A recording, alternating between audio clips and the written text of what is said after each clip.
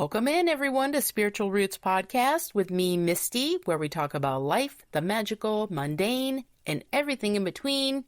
Thank you so much for being here. I greatly appreciate it. It has been so warm here the past couple of days here in New Hampshire, and it's just giving us a taste of summer, and it's starting to wake me up. I don't know about you, but I spent all day outside today. Well, a good chunk of the day. That's a bit of an exaggeration. I spent a few hours outside reading a book today, and it was wonderful. But with summer on our doorstep, I wanted to travel to the sea for today's episode, one of my absolute favorite places to visit. The sea is such a magical and mystical being. She is vast, loving, but she also can carry on her waves both rage and wrath and turn on a dime. I've seen it. She holds within her amazing creatures and boasts many myths. I'm always in awe when I arrive at her shore. I'm filled with gratitude and such emotion at her vastness and beauty, and that is just on the surface. The salty air gets me every time, and I never want to leave, ever. I just want to stay with my feet in the water, sitting in the sand. I just feel so connected with the ocean. Under the surface, however, is where the magic really happens. Today we're exploring the amazing octopus. I first saw an octopus in person when I volunteered at the Seacoast Science Center in Rye, New Hampshire, about 17 years ago, and they took in a baby octopus that some fisherman had caught in his net, and she was the size of a quarter when she arrived. But when I saw her, she was pretty close to full size, and I was enthralled. She was absolutely gorgeous. I wish I could remember her name. The way she would glide through the water and change color and go through the many obstacles and toys placed in her tank to keep her engaged. And I do recall the guide that was there spoke about how octopuses need stimulation or they get depressed. So that's why they put like obstacles and toys in tanks if you ever see them. And I found that intriguing. I remember she was a pretty big deal and she drew quite a crowd. I've been fascinated with octopus ever since. I'm amazed at their ability to camouflage, and to see it happen in person, in real time, was breathtaking. I was in true awe. So hunker down, my friends, and let's dive in to octopus.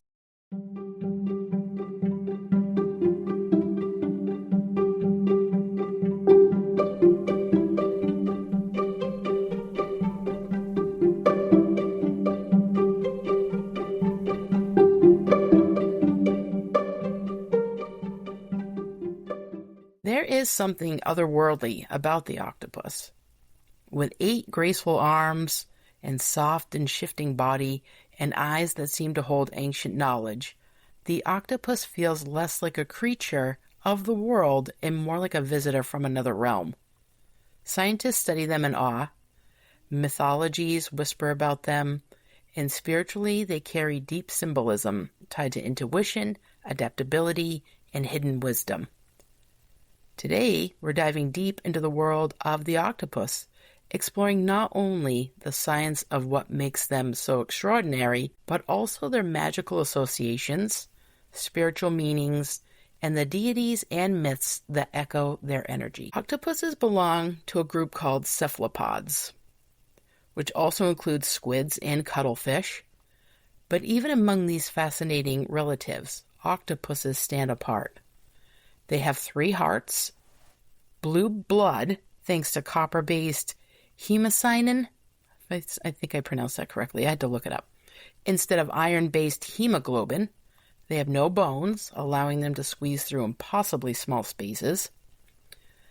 They have highly developed nervous systems, with most of their neurons located in their arms. And most species live short lives, anywhere from 6 months to 5 years. Males die shortly after reproducing, leaving the female to protect the eggs on her own until they hatch, and then she dies, usually from starvation. When threatened, they shoot out visual and sensory numbing black ink to create a veil of black so they can get away from potential predators, which is so cool. Each arm can think and respond independently. Imagine having 8 extensions of your body, each capable of exploring, tasting, and even problem solving on its own. That'd be wild. It's like Inspector Gadget. And then there's their ability to change color and texture instantly. My favorite. It's such a cool ability. Using specialized skin cells, they can blend seamlessly into coral or rock, flash warning signals. They can communicate with other octopuses this way, or vanish entirely into their surroundings. They are masters of illusions, camouflage, and transformation, little magicians in the ocean. And yet, octopuses are widely considered one of the most intelligent invertebrates on Earth. They can solve complex puzzles. They can open jars with their arms. They can escape enclosures. They recognize individual humans.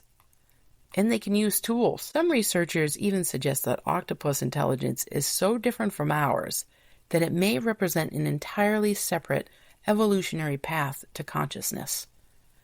Where humans build centralized intelligence in the brain, octopuses spread theirs throughout the body. This gives them an almost alien awareness, more fluid, adaptable, and deeply intuitive. Spiritually, this opens a fascinating doorway. Intelligence that is not rigid or linear, but flowing and responsive. A reminder that wisdom doesn't always come from control. It can come from surrender and movement. The octopus carries layered symbolism across cultures and spiritual practices. They have adaptability and flow. With no rigid skeleton, the octopus embodies softness as strength, and it teaches us flexibility over resistance, flow over force, moving with life rather than against it. This is a powerful reminder that being adaptable doesn't mean being weak. It means being wise enough to shift when we need to. Illusions and shadow work. The octopus can disappear, right? It shoots out that ink, creating that veil that stuns their possible predators so that they can get out of there. They can disguise themselves and transform its appearance at will. Magically, this connects it to glamour magic, illusion, hidden truths, and the subconscious. It invites us to ask, what am I hiding? What masks am I wearing? And what lies beneath the surface? Some deep emotional intelligence, living in the ocean, the realm of emotion and intuition. The octopus is deeply tied to the subconscious mind, dreams. So dreaming of an octopus can symbolize adaptability, deep emotions, and intelligence, but it can also indicate feeling overwhelmed. Because an octopus has many tentacles and lives in the ocean, it often represents a situation where multiple things are pulling your attention at once, or a feeling of emotional entanglement, psychic awareness, and emotional depth. It encourages diving into your inner world even when it feels murky or unknown. Regeneration and resilience. An octopus can regrow its lost arms. Spiritually, the symbolism of healing, renewal, and the ability to rebuild after loss. There is a quiet, powerful message here.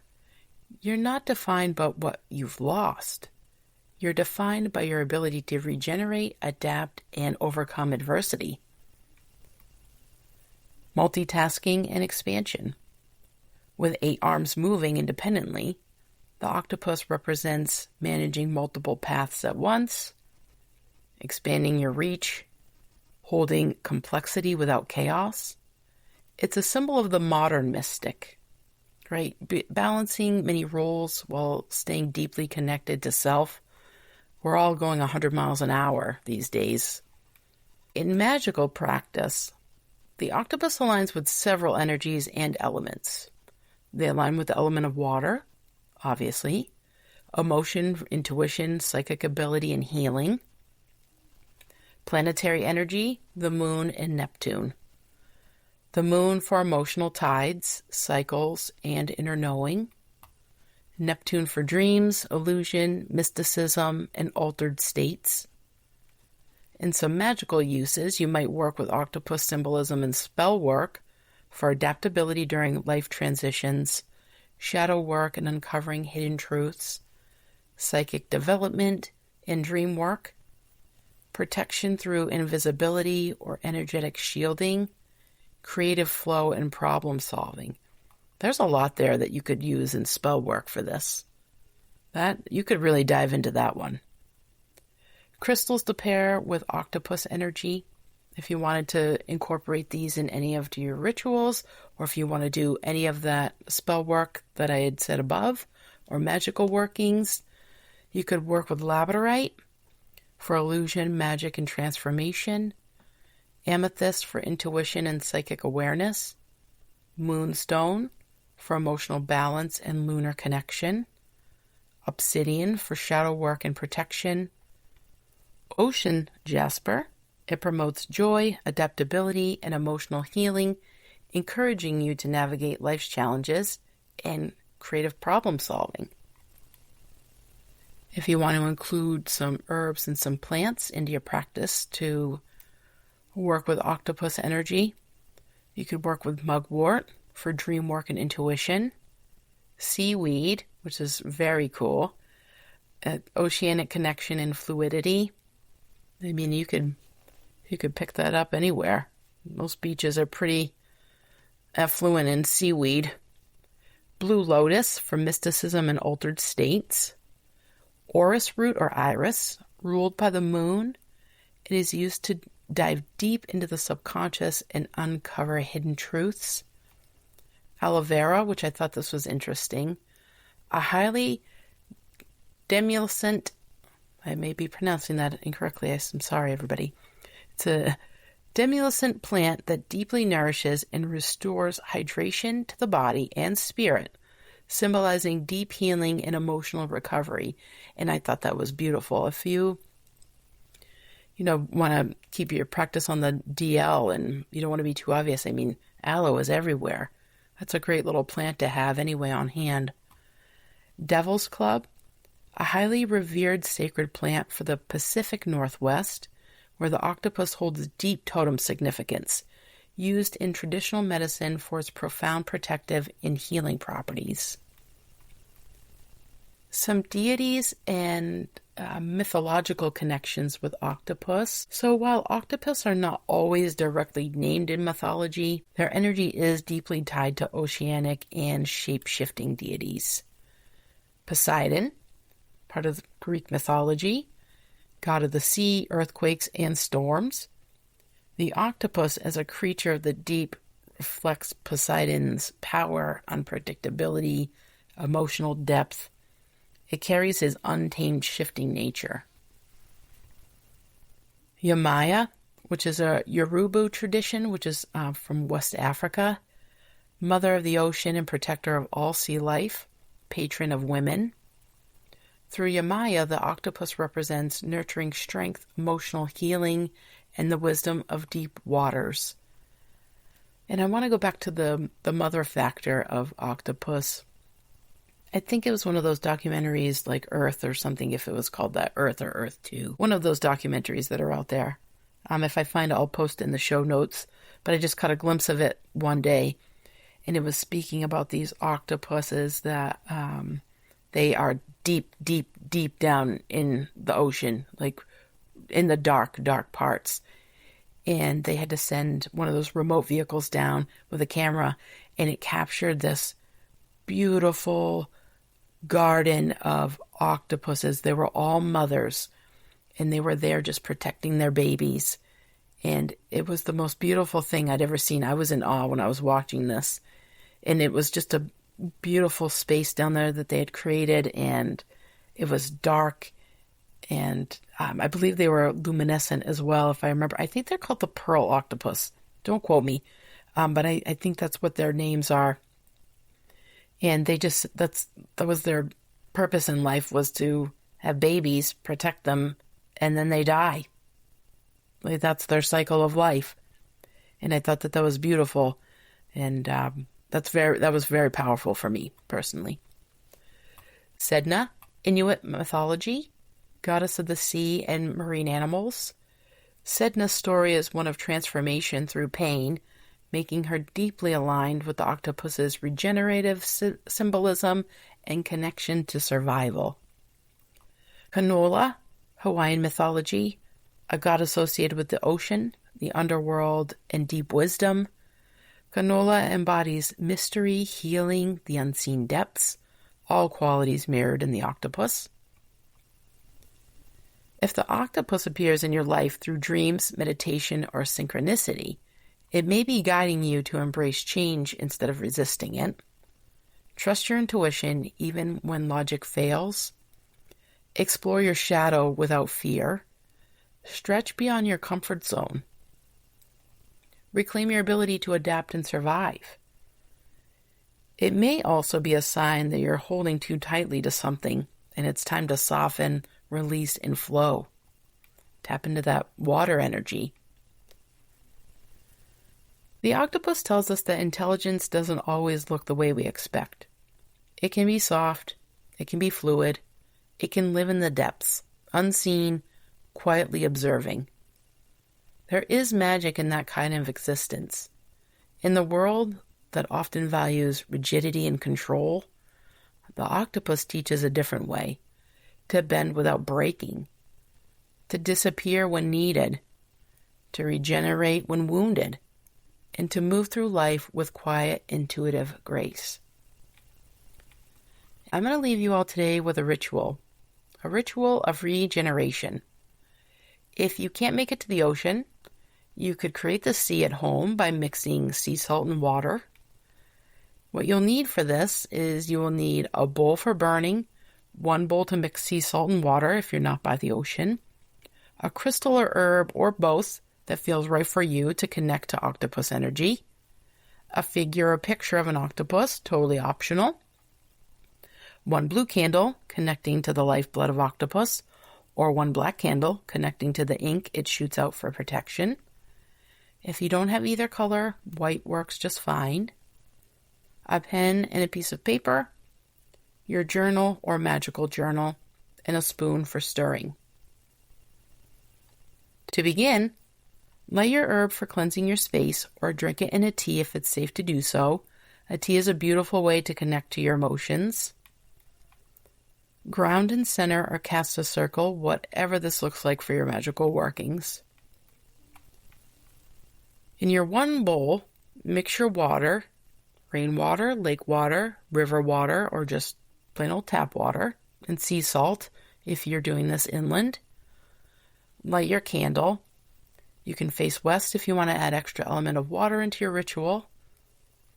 Hold your crystal in one hand or on your altar and sit for a few minutes and think about what you want to sever and regrow in its place. Once you've set your intention, write on a piece of paper what you want to sever and what you want to regrow, and in your burning bowl, light your intention and say something like this: I sever my ties to whatever you want to sever, and I regrow in its place whatever you would like to regrow. So, for example, I sever my ties to negative self-talk, and I regrow in its place self-love and admiration. Whatever comes up for you, my friends. Sit for a bit, maybe journal how you feel, what came up for you, or add to your magical journal for future use. Once you've finished, close your circle, give gratitude, or however you close your workings. And if you're at the ocean, scatter the ashes into the wind. If you're inland, dispose of the salt water in a safe way, or add a bit of the water to your intentions, and use for later workings like a magical ink. You could keep it for a little bit. Maybe that's what you journal with, just as an example, just some ideas. Or just scatter the ashes in the wind. Please make sure to leave the space cleaner than when you found it. Maybe pick up some trash, take it with you on your way out. It's always a good witchy thing to do. Let's help out our Mother Earth. All right, friends, that is all I have for you today. I hope you enjoyed this episode. connecting with Octopus for a little bit. I hope you all have a great rest of your week, and take care. Thanks for coming along for the ride, travelers.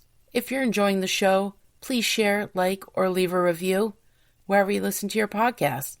You can find me on Facebook and Instagram. If you have ideas for the show or would like to say hello, you can email me at spiritualrootspodcast@gmail.com. Please keep sharing the show so we can keep finding our spiritual roots together.